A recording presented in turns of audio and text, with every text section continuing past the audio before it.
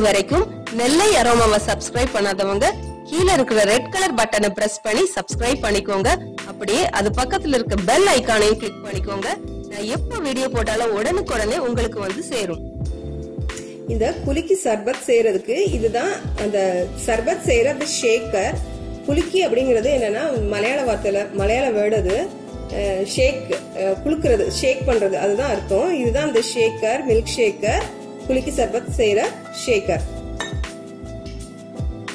இப்படி இருக்கும். இதுல இந்த கம்பார்ட்மெண்ட் இப்படி இருக்கும். ஒரு பெரிய கிளாஸ் இருக்கும். இதுலதான் நம்ம அந்த சர்பத்தை போட்டு குலுக்கணும். இதை மூடிட்டு இந்த லிட்டை மூடிட்டீங்க அப்படின்னா இது வந்து நம்ம குலுக்கும் போது அது வெளியே வரவே செய்யாது. சரி, இப்போ வந்து குலுக்கி சர்பத் எப்படி செய்யலாம்னு பார்க்கலாம்.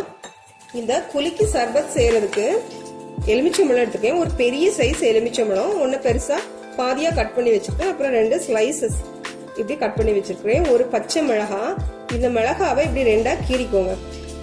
சின்ன துண்டு இஞ்சி லைட்டா தட்டி வச்சுக்கோங்க. அப்புறமா தண்ணி, சுகர். இது வந்து நான் இன்னைக்கு 4 டேபிள் ஸ்பூன் சுகர் எடுத்திருக்கேன். அதே அளவுக்கு அந்த 1 கப் அளவு தண்ணி இதை எடுத்திருக்கேன். அடுத்து இந்த குலுக்கி சர்பத் செய்யறதுக்கு இன்னொரு முக்கியமான பொருள் வந்து இந்த சப்ஜா சீட், துளசி விதை. இது கண்டிப்பா மஸ்ட், கண்டிப்பா சேர்க்கணும் இந்த சர்பத்ல.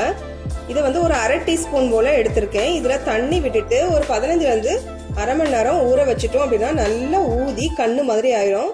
இது நல்ல உடம்புக்கு குளிர்ச்ச. அப்புறம் கொஞ்சம் ஐஸ் கியூப்ஸ், இந்த ஷேக்கர். இந்த குலுக்கி சர்பத் வந்து ஒரு சூப்பரான ரிஃப்ரெஷிங் ட்ரிங்க். கண்டிப்பா ட்ரை பண்ணி பாருங்க. நல்ல நேச்சுரலான ட்ரிங்க். இது வந்து கேரளால ரொம்ப ஃபேமஸான சர்பத். சரி, இப்போ இந்த சர்பத் எப்படி செய்யலாம் அப்படின்னா, இந்த சுகரை வந்து ஷேக்கர்ல போட்டு ஷேக் பண்ணணும். ரொம்ப வேகமா நம்ம ஷேக் பண்ணணும். அது கரைகிறதுக்கு கொஞ்சம் நேரம் ஆகும். அதனால என்ன பண்ணுவாங்க அப்படின்னா, இந்த சுகரை வந்து சிறப்பா, அதாவது அடுப்புல வச்சு இந்த தண்ணி ஊத்தி காய்ச்சி சிறப்பா மாத்திடுவாங்க. அந்த சிறப்பை நல்லா கூல் பண்ணிட்டு இந்த ஷேக்கர்ல போடணும். அது வந்து ரொம்ப ஈஸி. நீங்க அதிக அளவுல செஞ்சு கூட நீங்க ஸ்டோர் பண்ணி வச்சுக்கலாம்.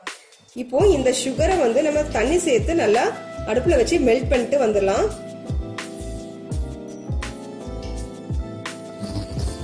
பாருங்க, சுகரை வந்து நான் சாஸ்பேன்ல போட்டு அந்த தண்ணியை ஆட் பண்ணிட்டேன். இந்த சுகர் வந்து நல்லா கரைஞ்சி அதுல மெல்ட் ஆனா போதும்.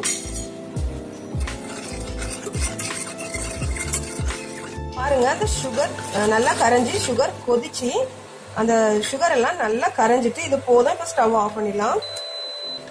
ஆஃப் பண்ணிட்டு இந்த தண்ணியை வந்து நல்லா ஆற விட்டுருங்க. நல்லா ஆறி ரூம் டெம்பரேச்சருக்கு வரட்டும். அதுக்கப்புறம் தான் நம்ம சர்பத் செய்யணும். நம்ம குலுக்கி சர்பத் செய்திடலாம். சுகர் சிரப் வந்து நல்லா ஆறிட்டு ஷேக்கர் எடுத்துக்கோங்க. ஓபன் பண்ணிடலாம். இந்த ஷேக்கரை ஓபன் பண்ணிட்டு இதுல அந்த சுகர் சிரப்,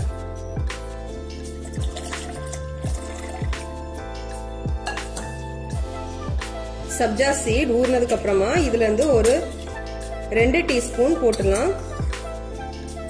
1/2 டீஸ்பூன் போட்டோம், கரெக்டா 2 டீஸ்பூன் வந்துச்சு.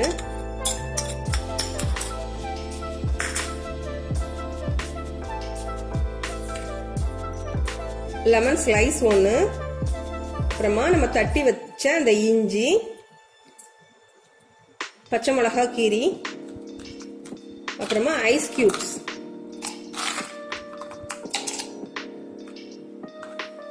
இந்த சர்பத்துக்கு தேவையான தண்ணி சேர்த்துட்டு பாதி எலுமிச்சம்பழம் இருந்ததுல அந்த எலுமிச்சம்பழத்தை இதுல பிழிஞ்சு விட்டுடலாம்.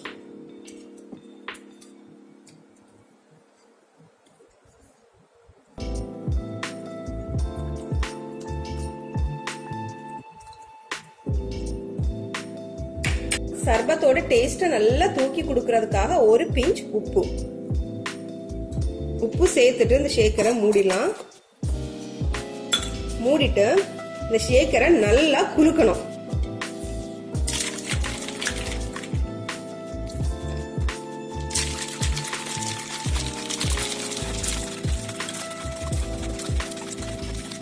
நல்லா குலுக்கியாச்சு.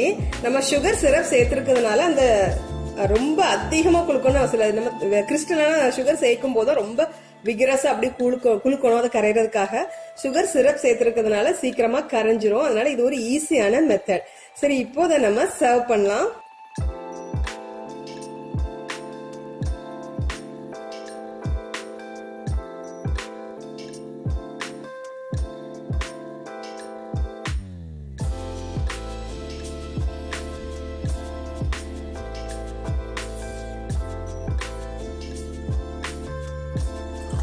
சூப்பரான குலுக்கி சர்பத் கண்டிப்பா ட்ரை பண்ணி பாருங்க. ரொம்ப ரெஃப்ரெஷிங்கா இருக்கும். ரொம்ப டிஃபரெண்டா மசாலா இனிப்பு அதெல்லாம் சேர்ந்துட்டு ரொம்ப நல்லா இருக்கும்.